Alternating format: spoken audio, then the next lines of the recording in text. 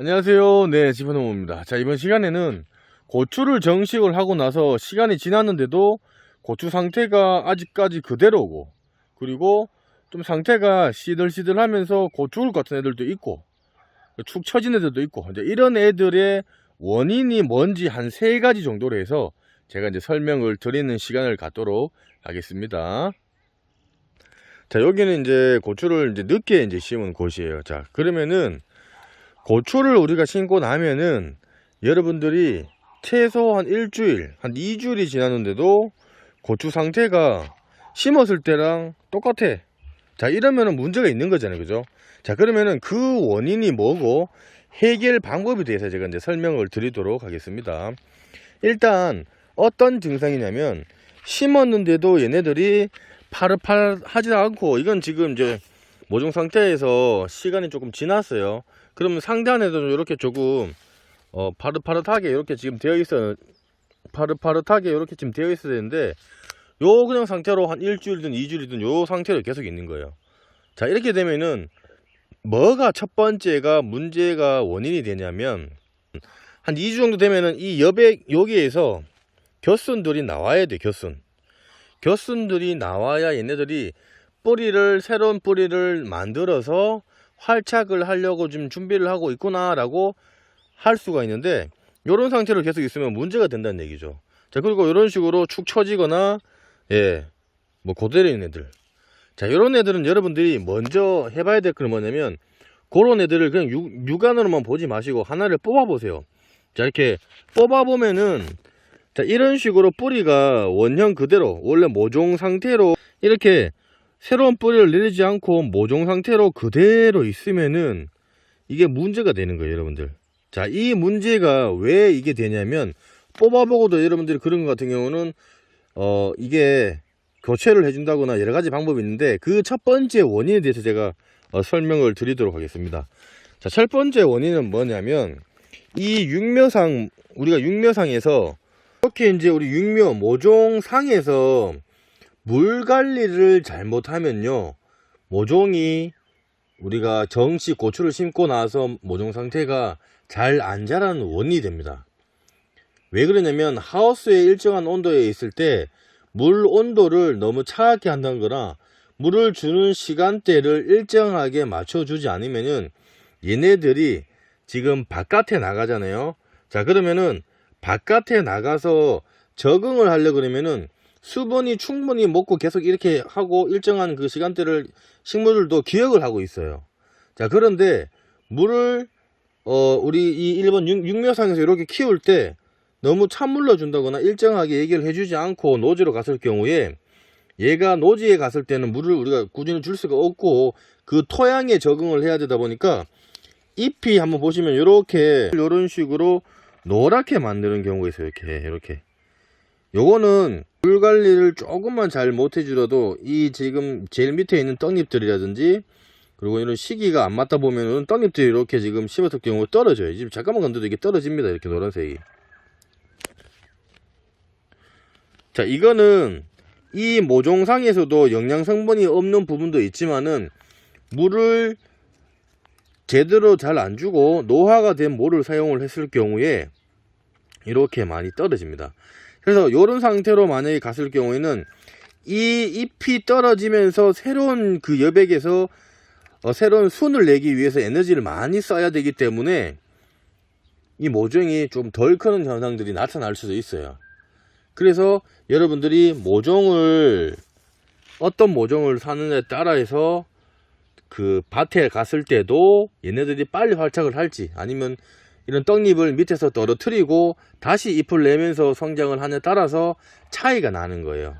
그리고 두 번째는 뭐냐면, 밑거름을 여러분들이 준비를 하실 때 부숙이 안 된, 발효가 안 된 밑거름을 여놓으면은 가스 장애가 발생을 해요. 그래서 우리가 지금 시중에 나오는 뭐 태비 뭐 이런 거 있잖아요. 그죠? 포대에 담아져 있는 거 뭐 15kg, 20kg 이런 애들이 발효가 다 됐다고는 하지만은, 그래도 여러분들이 밭에 뿌리고 나서 볼 만드는 거 두둑을 형성을 하고 비닐을 바로 씌우면은 그래도 이 가스가 발생을 합니다. 그래서 일반적인 뭐 소거름, 돼지거름 사용을 하시는 분들은 저희가 농사를 많이 하는 사람들 같은 경우에는 이제 이런 같은 경우는 기본적으로 1년 정도는 부숙을 시켜요.